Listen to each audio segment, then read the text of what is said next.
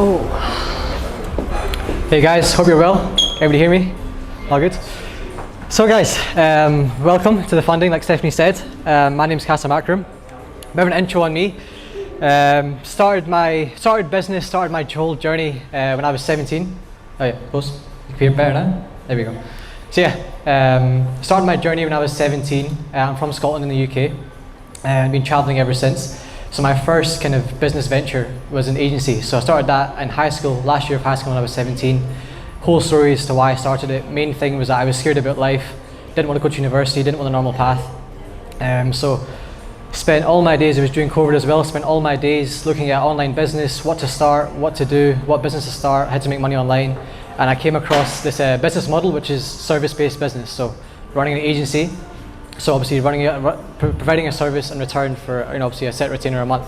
And for me, it was a perfect business because obviously I didn't have any money to start. I was 17, had zero money, had like pretty much asked my dad for every single bit of money I needed to start it. So e-com wasn't an option, anything else wasn't an option. The only thing I could do was try to sell services and make money from it. So yeah, first business was that. Started around January in 2020. Then within 6 months or so, bit of a while of like nothing really happening, like most people have probably experienced. Then within around the 4th or 5th month, that's when stuff started to click.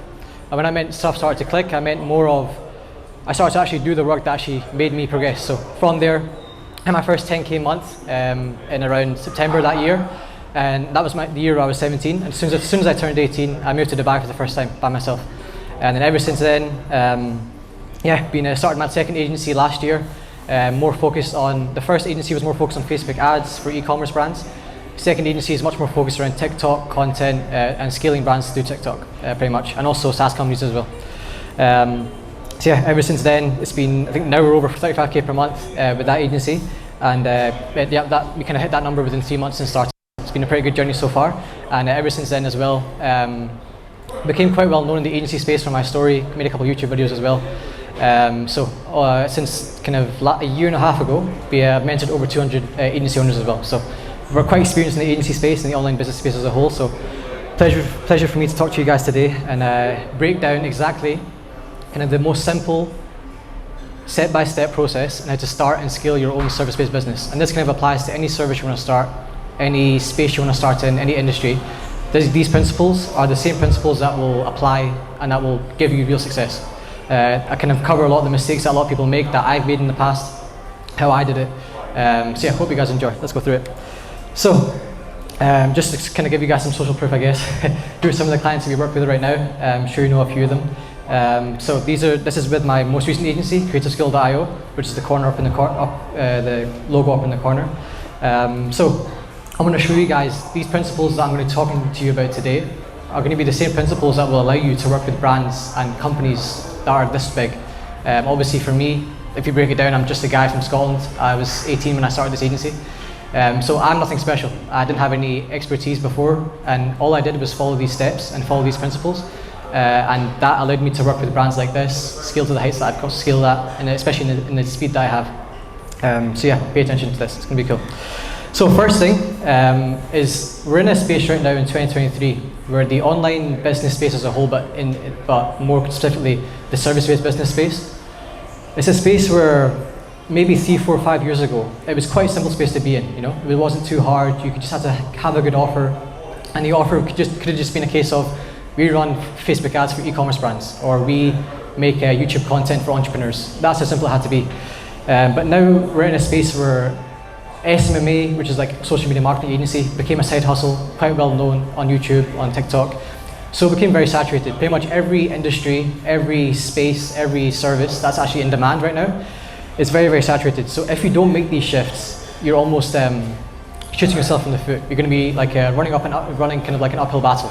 And you'll never, if you don't make these shifts that I'm going to talk about, go through this process that I'm going to talk about, you'll be really making yourself go through a lot of challenges, go through a big, massive learning curve.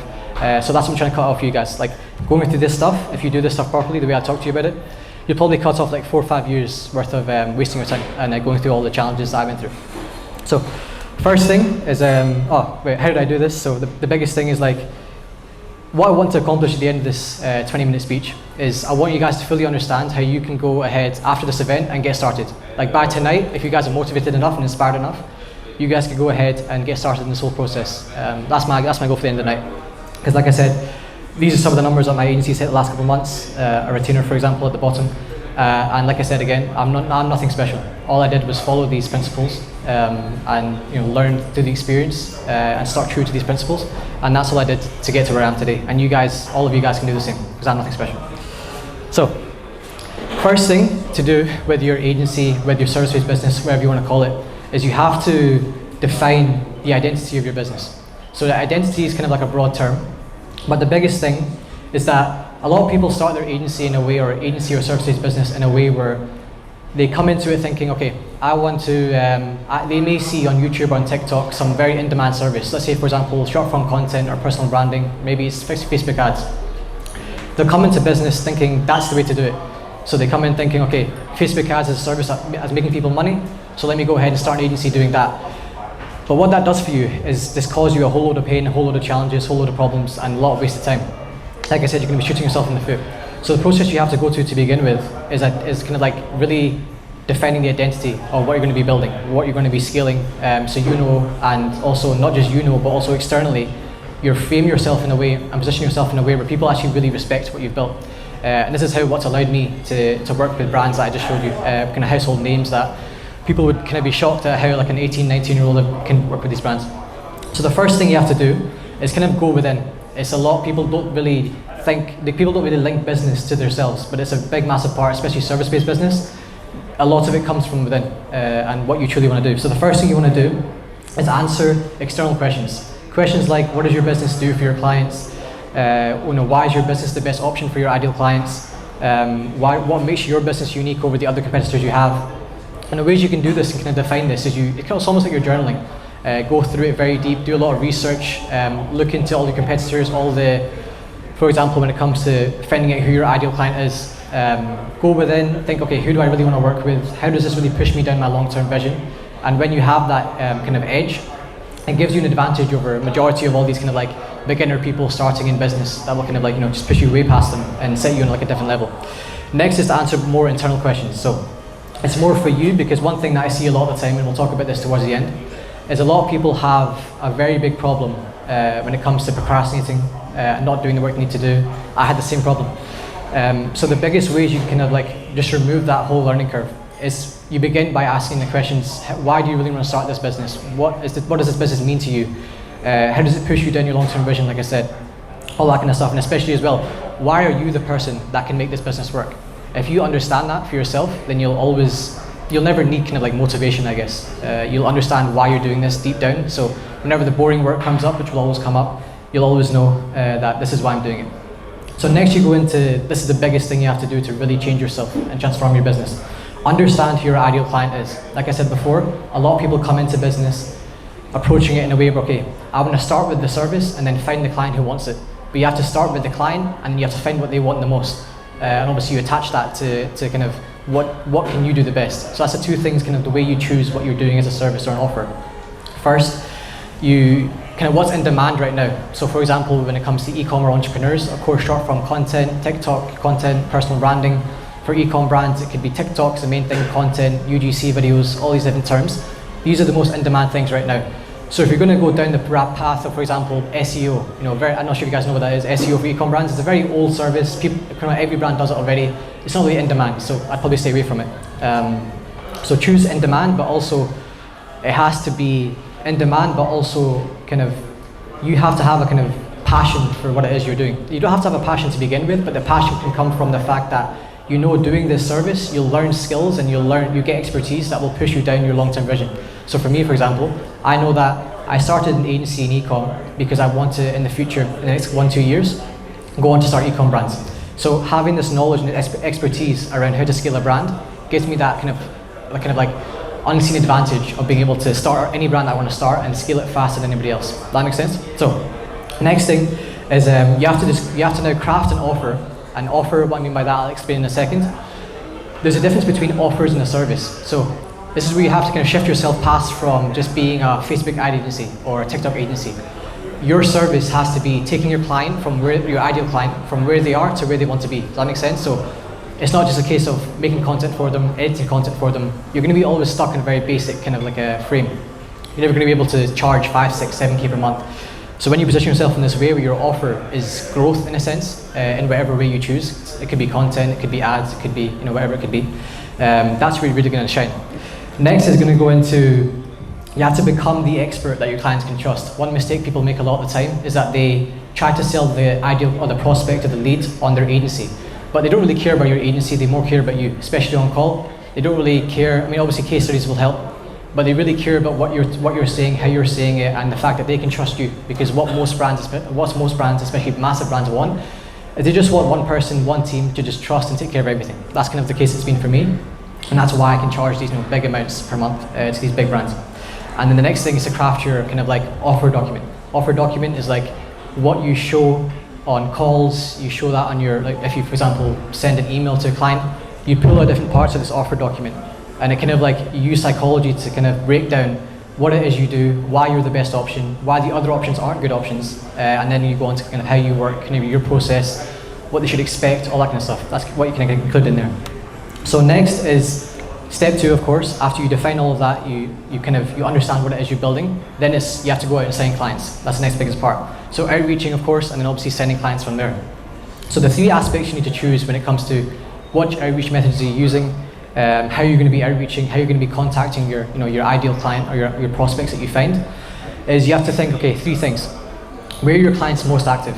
So for example, when it comes to an entrepreneur, when it comes to a personal brand, obviously most of these guys are going to be on their Instagram, on their Twitter, wherever it could be. So that's where you want to hit them. You want to start, your kind of first touch point of your outreach should be through Instagram messages or Twitter messages. And for me with e-com brands, I know that the best way that I can connect with them to begin with is first through Instagram. The first thing that I do is try to get them to request something from me. So what I get them to request is a video. So a video is kind of like where I break down what they're doing wrong, what we do, some insights of how we scale the brand from here to there. And you can do that with any service, with any space, any kind of offer you want. And then from there, it's next is kind of how scalable is it? How kind of like with, for example, cold calling. It's not a very scalable way of outreaching to people. You can't really do 100 calls per day, and you're not really going to get many responses. And it's not really going to be a case of you're going to be every single day motivated to sit down and call people. But for example, sending emails, sending messages, it's much more easier to scale. You can hire people for it, for obviously not too much money. So it's much more scalable. And the last thing is, where can you build most trust? This is one thing people don't understand a lot of times when it comes to outreach. When you do outreach and when you sign clients, you have to pull levers. Like I said, you have to apply as much leverage as possible. So the reason I choose Instagram over emails, for example, is emails, think of like where a client can trust you. All you have is the body of the email, the text, the profile picture, obviously your email address and your signature. They're very kind of like basic ways of building trust. But with your Instagram account, you can have obviously your message is obviously there, your Instagram profile picture, then your whole Instagram account, the way it looks, what you're saying on it, if you're giving value, your bio, your website. There's so much more that you can actually, more levers you can pull. So therefore, if a brand or a person, entrepreneur, whoever is reaching out to, if they click on your Instagram account, they can see so much that can make them trust you enough to be able to reply, book in a call, wherever it could be. So that's the next thing to think about. And then next is how to actually get your leads to book in a call or book in a meeting.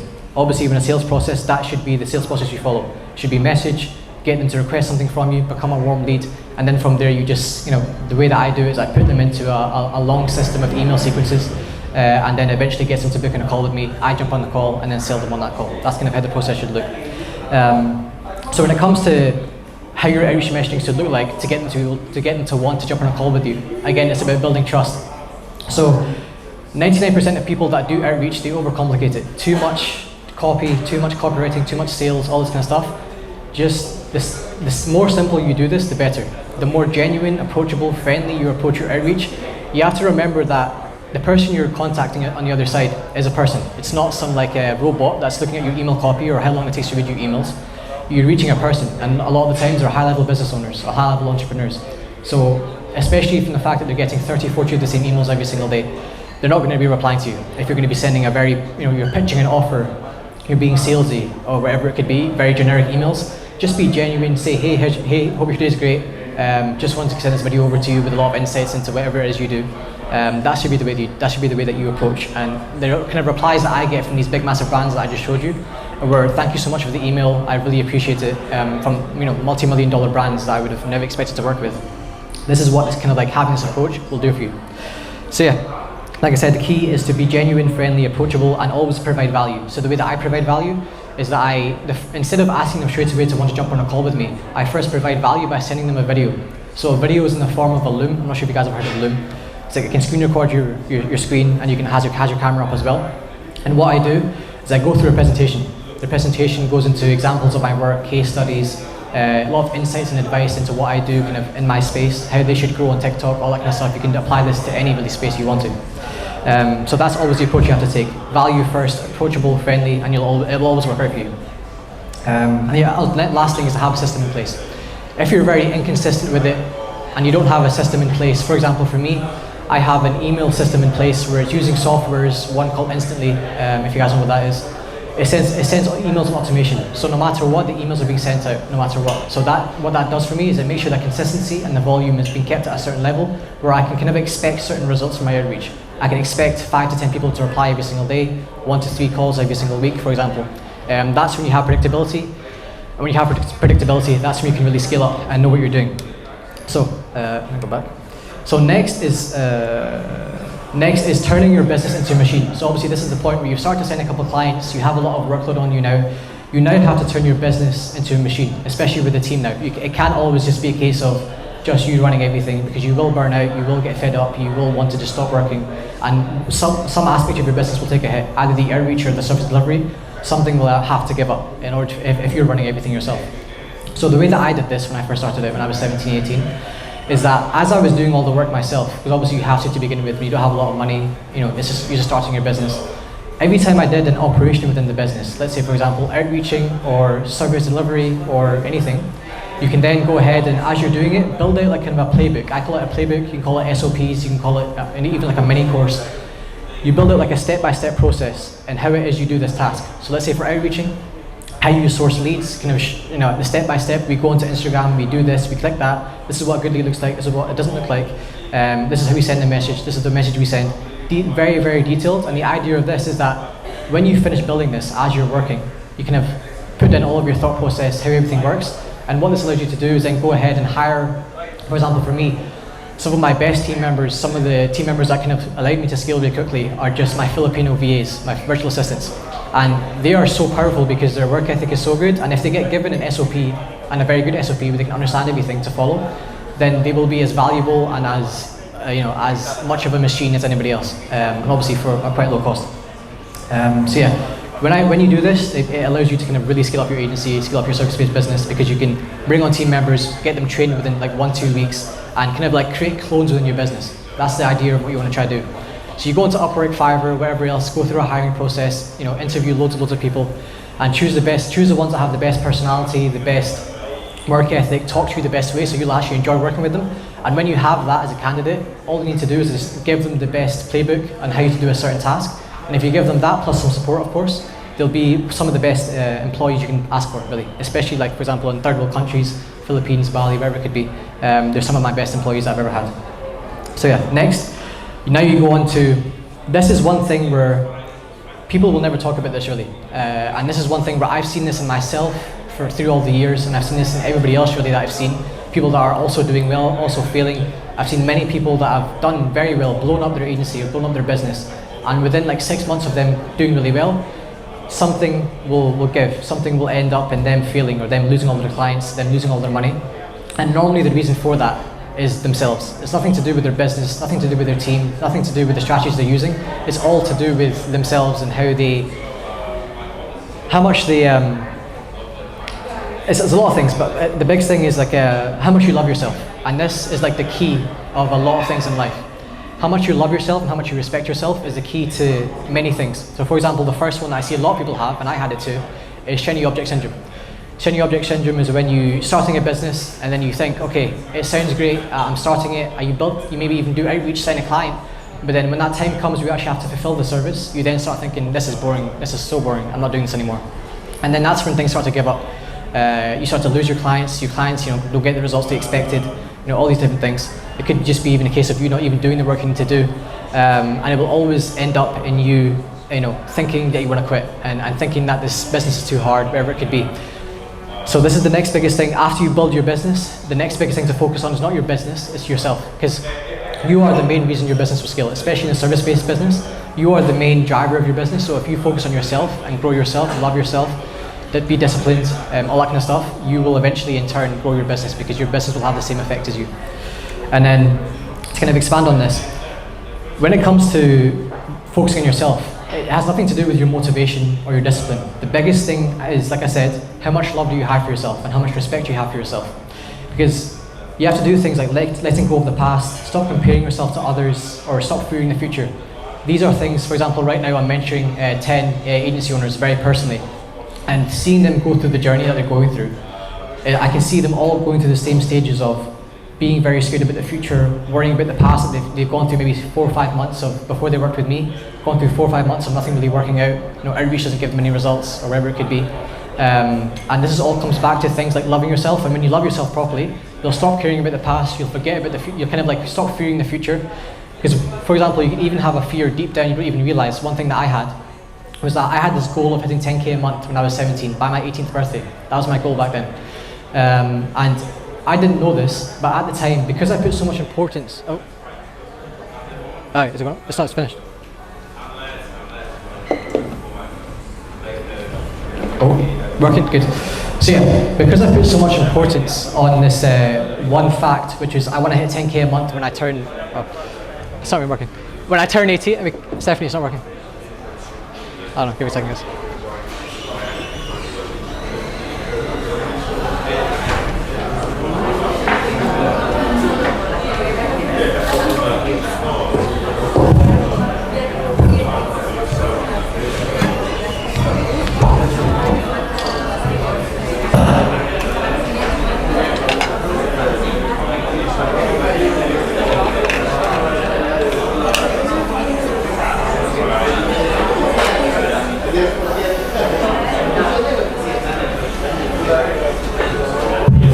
Perfect. Hey guys, there we go. So yeah, stayed off where I stopped. My biggest goal when I was 17 was to hit 10K a month. And what this did for me was that I put so much importance subconsciously on hitting this big number. 10K a month is obviously a massive number when I was 17. So in my mind, subconsciously, I put so much importance on this number, and what that did for me was it made me fear this number. It made me fear the outcomes of hitting 10K a month. For example, hitting 10K a month would mean that I had loads of clients, that I'd have so much money that I wouldn't know what to do with it, and I wouldn't know how to fulfill these clients, I wouldn't know how to, obviously deliver my service. All these different fears that come up from the future, these are things that will always hold you back. And if you just don't let go of those things and also let go of the past, and also the biggest thing that I used to do was compare myself. So stop comparing yourself to other people. Everybody's journey is their own journey. For example, if you may see somebody right now doing much better than you, in 1-2 years you probably will be doing much better than them. As long as you stay true to yourself and you love yourself, you'll always eventually turn out to be, unlock your true potential, if that makes sense. So yeah, that's pretty much everything from me. I didn't want to go too long. But yeah, like I said, we're going to do some questions later. But if you want to find me, you can check out my Instagram, Kasim.akram. You can check me out. If you want to send me a message as well, you can do. And my YouTube as well, if you want to see some more content from me. I post quite a lot of content on there. It's just my same, Kasim Akram. So yeah, looking forward to hear you guys' questions, and anything you want to ask about anything, I'm here to answer. Hope you guys enjoy. Very amazing speech, by the way, Kasim. Thank you, bro. I was just going to ask, how did you go about outsourcing some of the works, like the Philippines? Like, did you use a platform to find these people, or how did you find them? So the biggest way I did it was, it's very simple. Do you want me to use the microphone? So, like I said, it's pretty simple. All you have to do is websites like Upwork or Fiverr, or maybe even onlinejobs.ph, there's those different ones.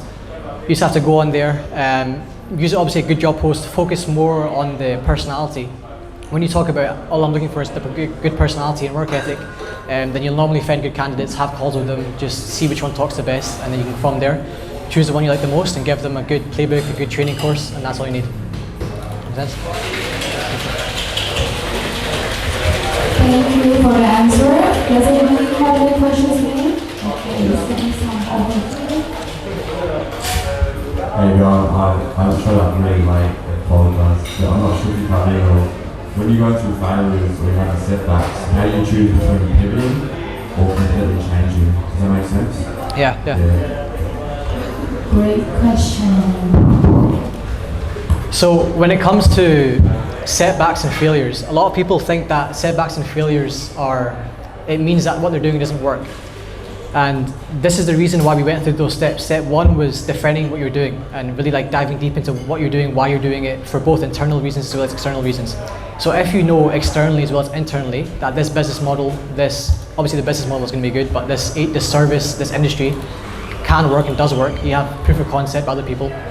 And also for yourself, you know that, okay, this service or this industry can help me really push me down my long-term vision. For example, you may start off as for example for me, I may start off by running agencies and scaling agencies, but then in 1-2 years I may start e-com brands myself and then move into private equity. So there's loads of different paths you can take, but if you know that the path you're on is the one you want to be on, then you'll always make it work. It's not a case of this service isn't working for me anymore. If you're providing an in-demand service and you're doing it the way that I just talked about, and you know yourself is something that you want to do, then you'll always make it work. Make sense?